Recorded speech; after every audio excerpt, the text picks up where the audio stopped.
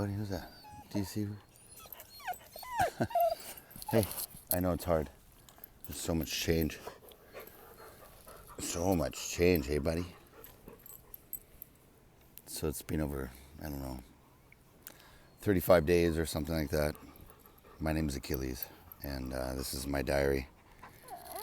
My journaling of living with post-traumatic stress disorder.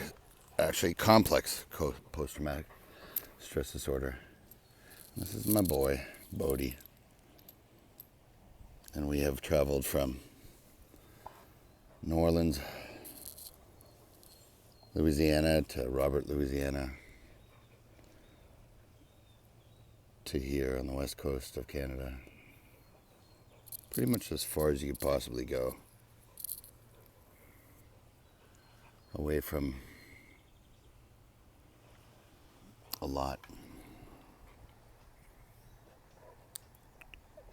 A lot was taken from me.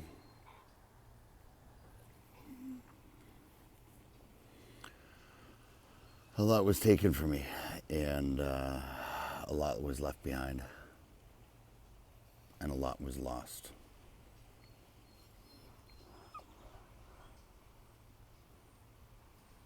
But not this boy. He needs to learn how to get socialized a bit. One step at a time. Well, hey.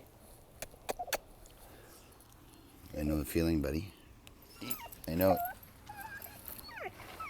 You see where I'm at here. On the beach. So,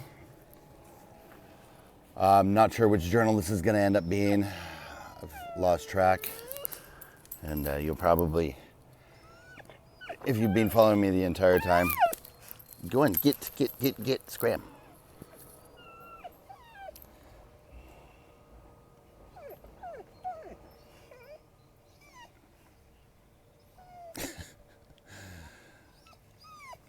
Don't think I'm going to be entering this journal. There's too much of this going on. You see these dogs running around. Off leash. And I can't let him go because he's still dog aggressive. Hey. Do you want a treat? Do you want a treat? Yeah? Hey. Give me a kiss. No. Guess we're gonna have to go for a walk.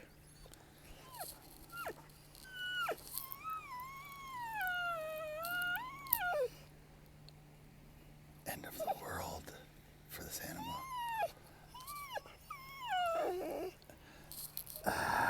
God, dog. You know how impossible you are? Do you?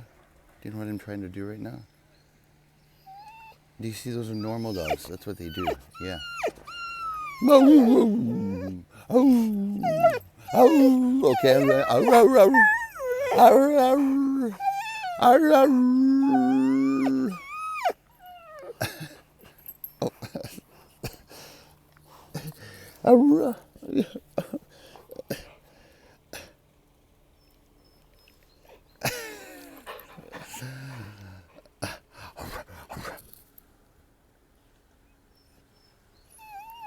He's impossible. I can't have 5 minutes fucking peace. We gotta clip those nails.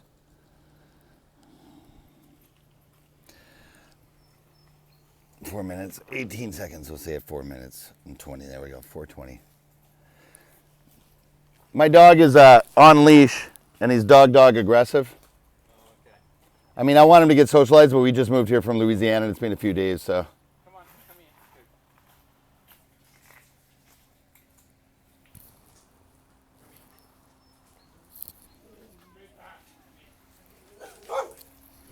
here. Bodie, come here. Look at that. This is a Rhodesian mixed with hound. And his dumb old face. I love him so much. Come here, Bo. Come. Bodhi, come. Come. Come. Good boy. Yeah. Yeah. That feeling you don't know how to place it? Yeah, I know. You just turn it into aggression. See, Bodhi was in an abusive relationship with another dog. His cohabitator, his other dog was his sister, we call her. And she was a smaller dog. She was nice to anybody that would give her attention that was human. As a matter of fact, to the point where we didn't exist. And if we interfered, how dare we interfere with her? Socializing with other humans. I mean, she would flip over and just be the sweetest dog, and people would just oogle. And then she would turn around and beat the living shit out of him. When left to play, and her relationship to him was completely abusive. As a matter of fact, to any animal that was competition for attention. So his relationship to other animals is based on a dominance dynamic that is just really not healthy. So my job is to socialize him by normalizing certain behaviors and not punishing, but by rewarding. It's okay, boy. This is a direct reflection, I guess, of me. My PTSD. He doesn't know anything else. So his automatic biological response has already been wired for anxiety. I think he's wagging his tail, and you can see that he's like, I want part. That is natural. It's natural to want these relationships. He's beautiful and loyal and loving and gentle, and he's so sweet with me. And he kisses me, and when I'm alone, he snuggles up. And if I'm crying, he comes straight for me, and when I'm breaking down or I'm having anxiety, he'll stop whatever he's doing and come beeline it straight for me. So all of the qualities that you would want in a loving, caring animal are inside of him. He just hasn't learned the context of environments that are triggering for him, and when he sees other dogs, the only thing he knows is his sister Ponyo, who, when they were alone, at home, they were fun. They would play in controlled environments. But let free out into the world, that was a totally different game. She would constantly dominate him, and he would constantly be hyper-vigilant and listen to her and see what she would do. You know, she had a responsibility to him as being the alpha dog. She had asserted her alphaness. He doesn't really care about alpha. By nature, he didn't. When he was young, that's for sure. He was the most relaxed dog.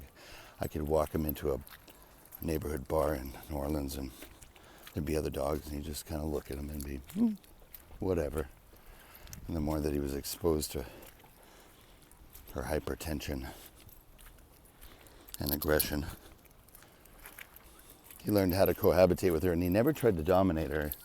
He honored her desire to be top dog. But that is no longer his life. So now I am left with the aftermath and any backstory that I have regarding what I could have done or should have done is arbitrary. There was lots that I did, and the details don't matter. What matters is what is right now. Isn't this beautiful?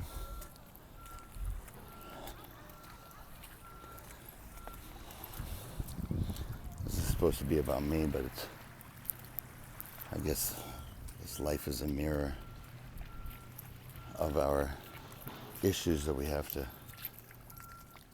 see outside of us are actually Most of the time it seems lessons for ourselves.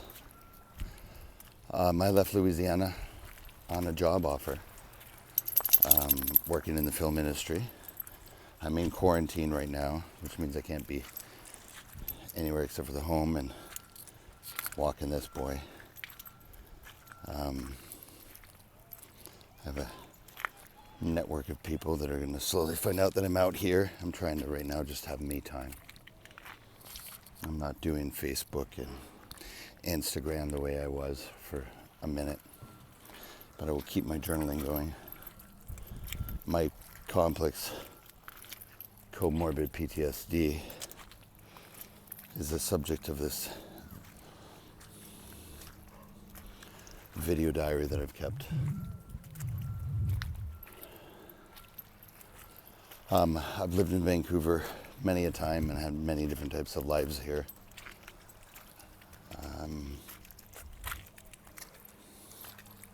The peace that I have this time coming back in comparison to the chaos that had ensued and that I was immersed in Louisiana is an immense quantity of relief because I am no longer under fire. Come on, Bo. We're going to go back. Hey. Good boy.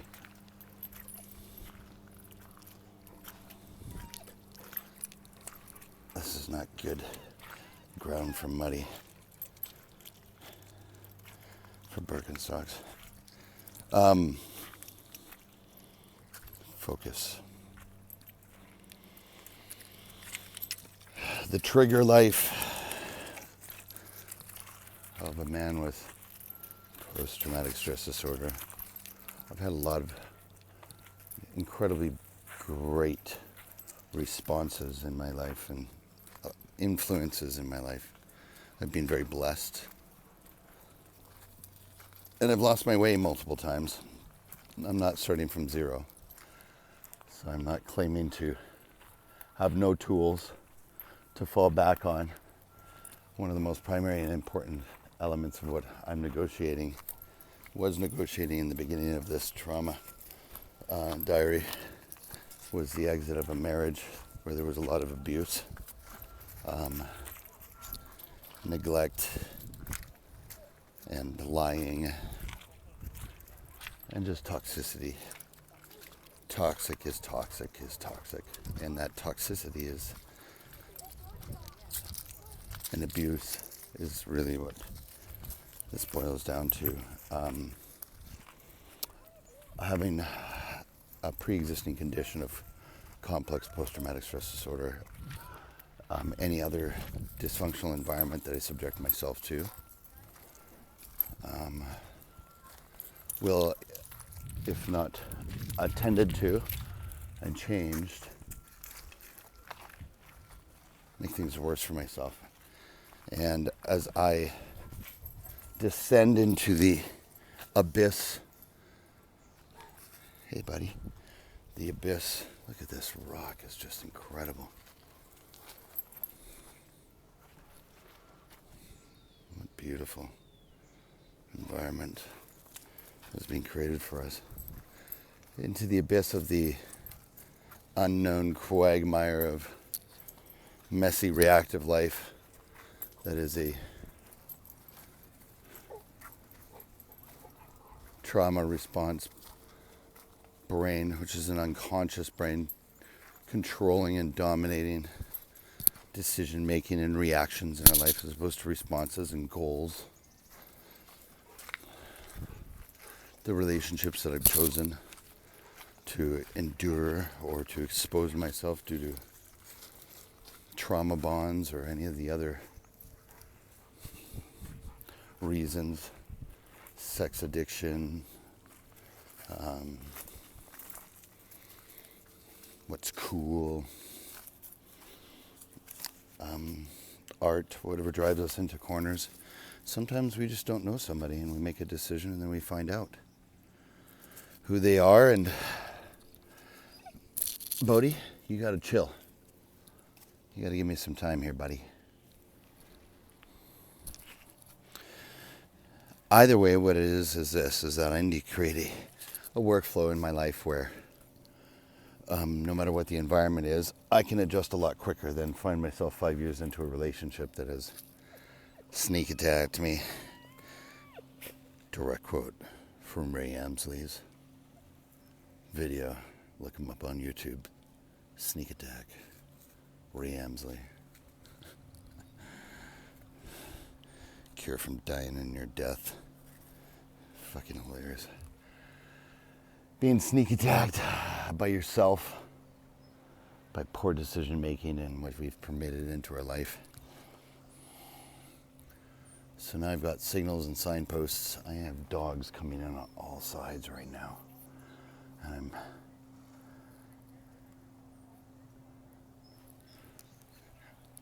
sometimes you can't get the environment you want and you have to negotiate that and make sacrifices and still get the fucking job done. That's what I'm doing right now. So I'm not going to throw this journal out. I'm going to take it as it is because the whole thing is like that. I am bound to him and it's my responsibility to take care of him. Well, I'm treating myself the same way that I'm treating him. In loving him, I love myself. So I will keep moving instead of getting comfortable and chat.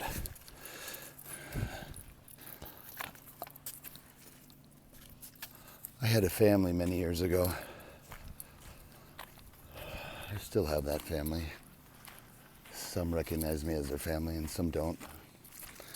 Some for good reasons and some for completely manufactured reasons. And the stories don't matter. What matters is that I walk forward today from a place of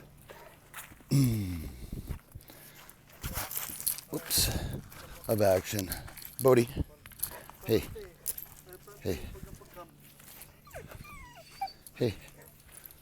That I move forward with a very conscious awareness of everybody's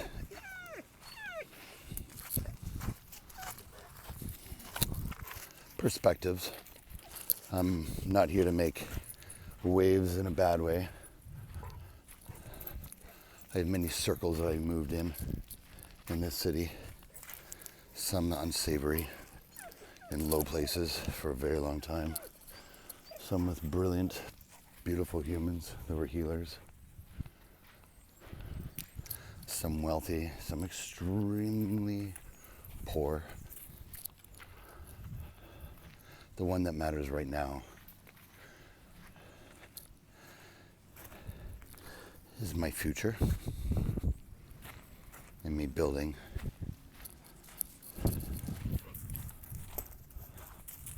wisely triggers that I'm negotiating right now. Since I have lost house and home, a dog and a wife, gone through 3 hurricanes, 4 tornadoes, literally. Had my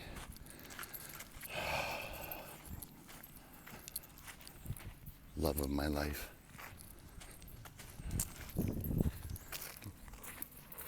No longer in that place. It's a lot of loss. And then having to move forward instead of roll up into a ball and mask it with drugs or alcohol or sex or another partner or some fake life or any of the other options. I need to build. I need to build what I want tomorrow to look like. And I have to build that now. Look at this beautiful city. The camera really doesn't give it justice.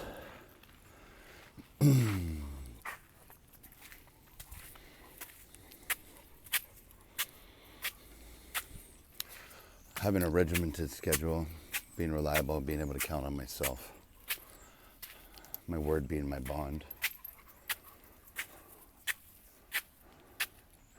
Tiny steps consistently every fucking day.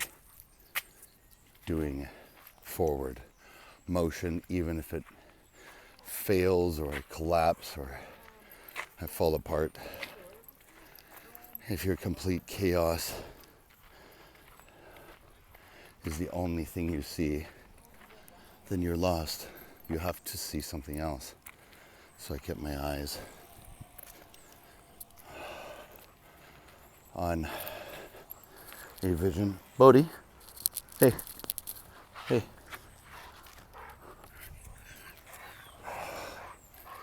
My lack of presence to him right now, he feels, so he's on his own. This leash isn't enough. Come here, boy. Come here. Bodhi, come. Bodhi, come.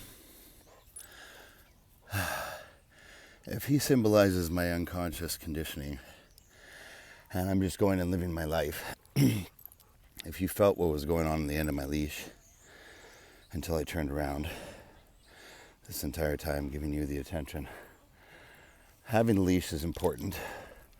If he was off leash, it would be chaos. Sometimes I have to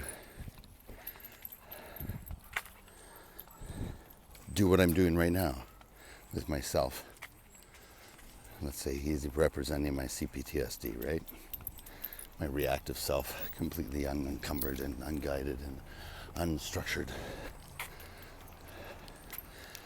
This is a great example of the necessity for me to be present to him. I don't get buried constantly in training him, but I make sure that I'm checking in quite literally every 5 minutes. What that looks like for me, to be very honest, is identifying what's going on internally, emotion-wise.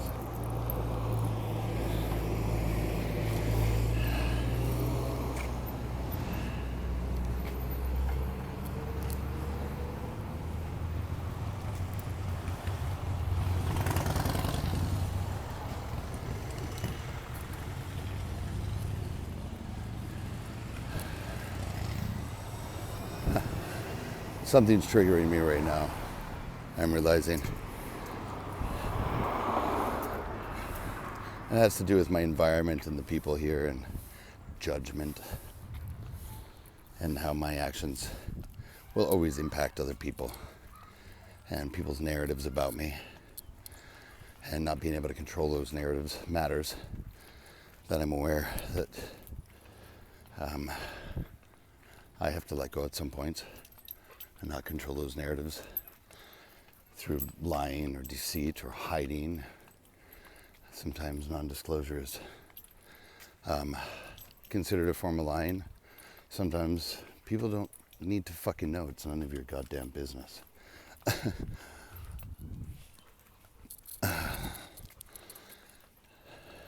Good boy, Bodhi. I have removed myself from an overstimulated environment for him, and now he is calm and healing perfectly.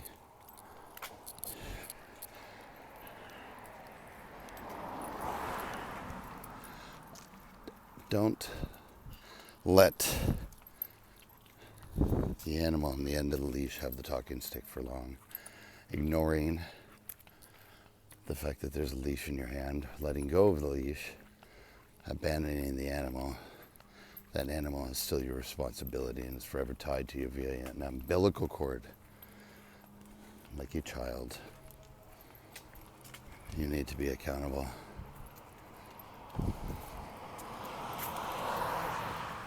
Establish a very good rapport and relationship with that animal that involves love and nurturing, consistency, a regular schedule,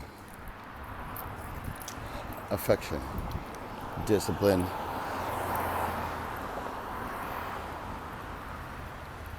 That's what I'm doing with myself.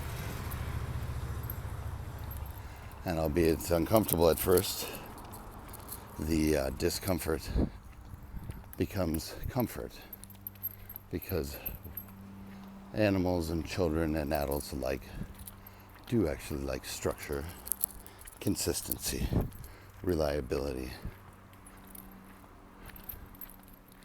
And that animal will show up for us in ways we can't even fathom sometimes. This seems like a safe place, Bodhi. What do you say, guy?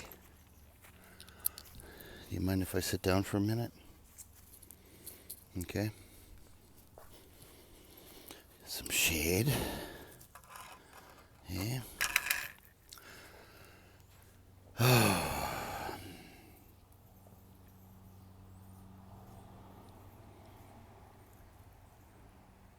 Not everything's going to be drama with these journaling. And not everything should be in my life drama. And it's okay to have a chill day, guys. It's okay, Achilles. To have uneventful moments that you savor or aren't wild and crazy. Returning to something I said earlier with the things that I do. I pray constantly, to be honest. I pray to God what I believe is God. And that God seems to answer me pretty fucking quick these days.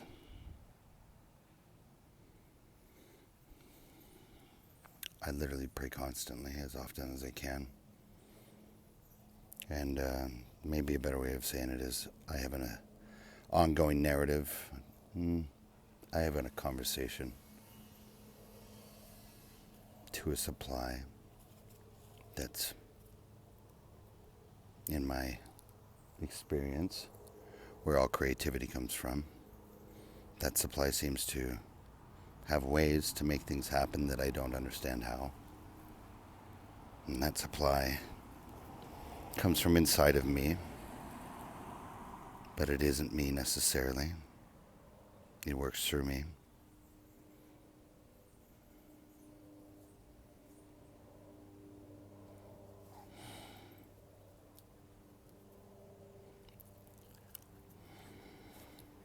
Today's a good day.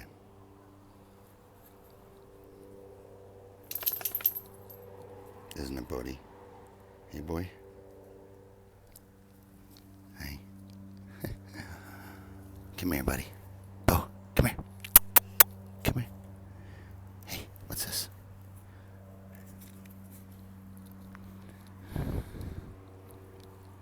If you're out there and you're hurting, and you know you've got...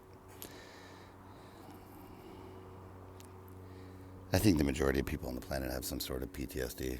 Maybe not complex like mine is, and your story may not compare or compete to mine, which is totally fucking arbitrary. Who cares what the story is? My origin story is pretty savage and disgusting, and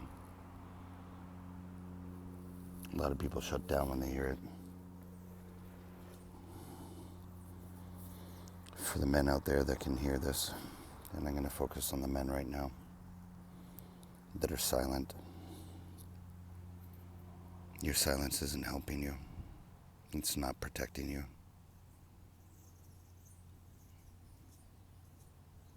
And nothing's binary. Just because you're silent doesn't mean you need to go to the other extreme all of the time. I think it's very important for you to talk, man. To be heard, to have a voice. It doesn't even have to be the whole fucking truth, or you just gotta talk. You gotta express stuff. You can't hold this shit in, and you can't not address it. You can't hide from yourself. You can't run from yourself. You can get away from environments that are very destructive. You can exit.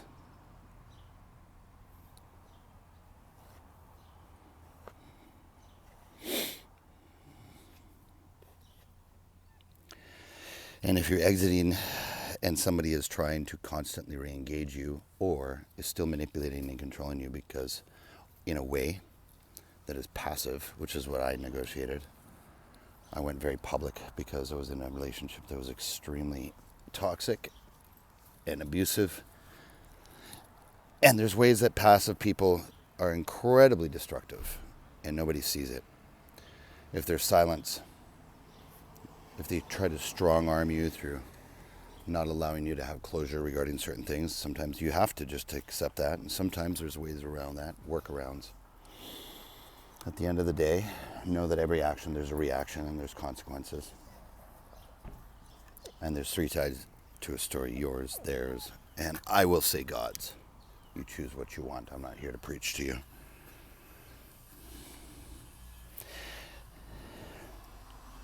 Removing yourself from the harm is one thing.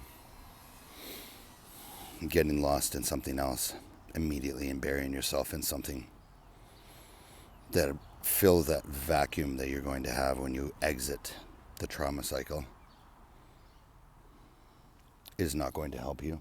Speaking once or twice or 5 times about something and then getting back to an equilibrium where you feel safe again. Safe is not safe. If you have PTSD or CPTSD and you feel that you are safe, you should start fucking panicking. You are not safe. You are not safe with yourself. You are not safe with your own mind. You are not safe with your own education. You're not safe with your training. You're not safe with your responsibilities. You're not safe with your family. And what that means is that you need to address what is going on that is unaddressed, and you need to do it consistently. And you need to do it with information and education from outside of yourself. Seek help. There are resources that are free through YouTube. And then, if you do the work, doors will open. I now have a psychologist that works with me for free. It was sponsored by a very prominent psychologist now, who is a miracle. My sessions are documented and recorded. And this person is a godsend for me, literally.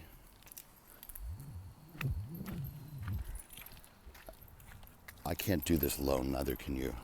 We're not meant to be alone here.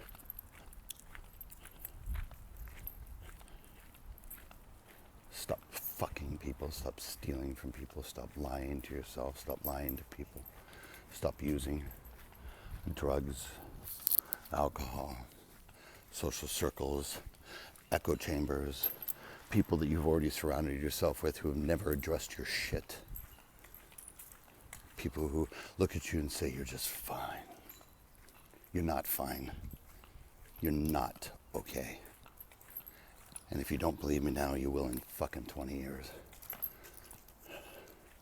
And the pain will continue and the cycle will continue and it'll be somebody else or something else. You're not okay. But you know what is okay? When you say, I'm not okay. That's okay. That's okay that you're not okay. Because you're not alone and there is help. I don't know how to do it the next 5 fucking minutes of my life. And I need you, God. Please help me. Show me the way.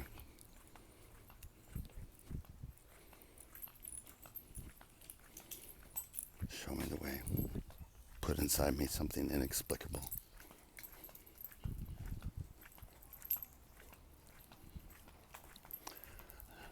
I don't deserve anything. I'm not entitled to anything. I don't deserve love or a woman or a man or whatever my preference is. She wasn't the problem. I get what I allow. I get what I create and I work on.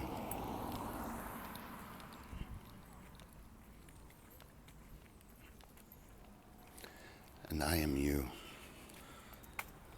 I am you. And you are me.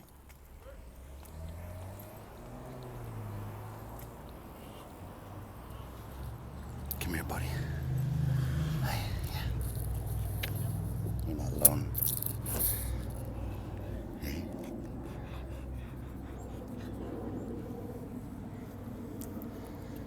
Have a day today. If you made it this far.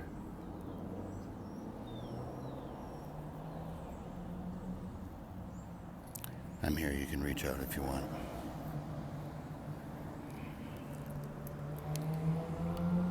Have a day. Just take a deep fucking breath. Say I'm not okay. I need help.